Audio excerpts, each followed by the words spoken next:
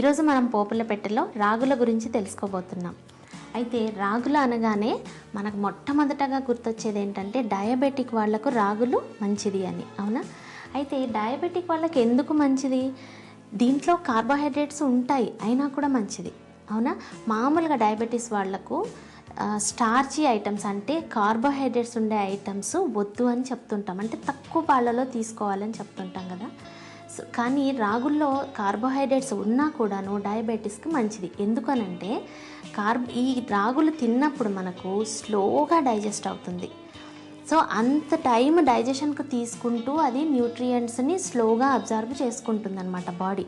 So దానివల్ల ఏమవుతుంది అని అంటే కార్బోహైడ్రేట్స్ ఉన్నా కూడాను ఇమీడియట్గా అవి షుగర్స్ని మార్చి షుగర్ లెవెల్స్ పెంచేటటువంటి అవకాశం లేదు, ఎందుకంటే స్లోగా డైజెస్ట్ అవుతుంది కాబట్టి.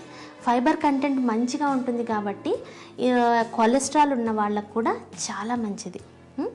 ఇదే కాకుండా దీనిలలో కాల్షియం, ఐరన్, వైటమిన్ బి చాలా మంచిగా ఉంటుందండి. అయితే బాగా మాల్ న్యూట్రిషన్ అంటే తిండి తినని పిల్లలకు, లేకపోతే వయసు పైబడిన వాళ్ళు చాలా తక్కువ ఆహారం తీసుకుంటూ ఉంటారు కదా.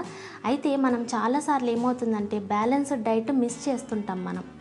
అలాంటి వాళ్ళకి ఏం చేయొచ్చు అంటే రోజులో ఒకసారి కనుక మనము రాగి జావా కానీ లేకుంటే రాగి ముద్దలు కానీ తింటూ ఉంటే ఆ రోజుకు సరిపడా కాల్షియము, ఐరన్ సప్లిమెంట్స్ సంపూర్ణంగా అందినట్టు అవుతుంది. అయితే మనము చిన్నపిల్లల్లో ఎదుగుదలలో ఏదైనా ప్రాబ్లం ఉన్న వాళ్లకు, పిల్లలు సరిగా ఆహారం తినని పిల్లలకు మనం ఒక చిన్న రెసిపీ తయారు చేసుకోవడానికి ట్రై చేద్దాం. ఎలాగంటే గుప్పెడు రాగులు, గుప్పెడు గోధుమలు, వీటిని నానబెట్టండి. ఓకే, ఒక 2 గంటలు 3 గంటలు నానబెట్టిన తర్వాత వాటిని మనము మిక్సీలో తిప్పాలి.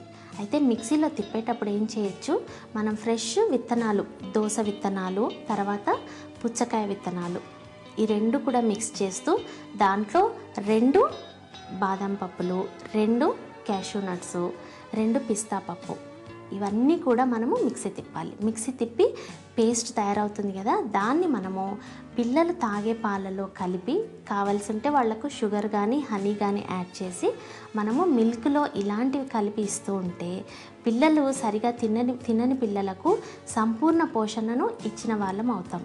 ఇదే కాకుండా ఈ రెసిపీని మనము ప్రెగ్నెంట్ ఉన్నవాళ్ళు, తర్వాత డెలివరీ అయిన తర్వాత పాలిచ్చే తల్లులకు దీన్ని ఒక మంచి న్యూట్రిషన్ డైట్గా మనము అందించవచ్చు.